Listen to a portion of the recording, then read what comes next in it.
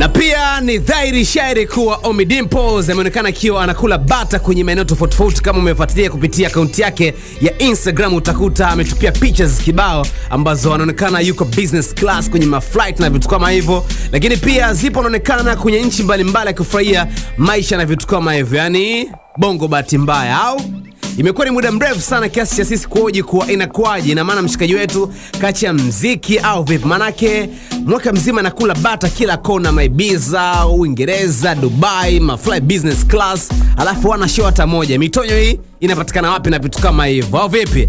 Asani kona isiwe case cause kitani wanaoji. Ina maana mshikaji wetu kacha mziki, kile kinachoonekana kwenye social media kina mpango wote au kina mchongo wote katika lebo ya PKP au vipi? Asa kama Kawizi 255 imempata Ned Music ambaye ni msanii kutoka lebo ya PKP inamilikiwa na Ommy Dimpoz.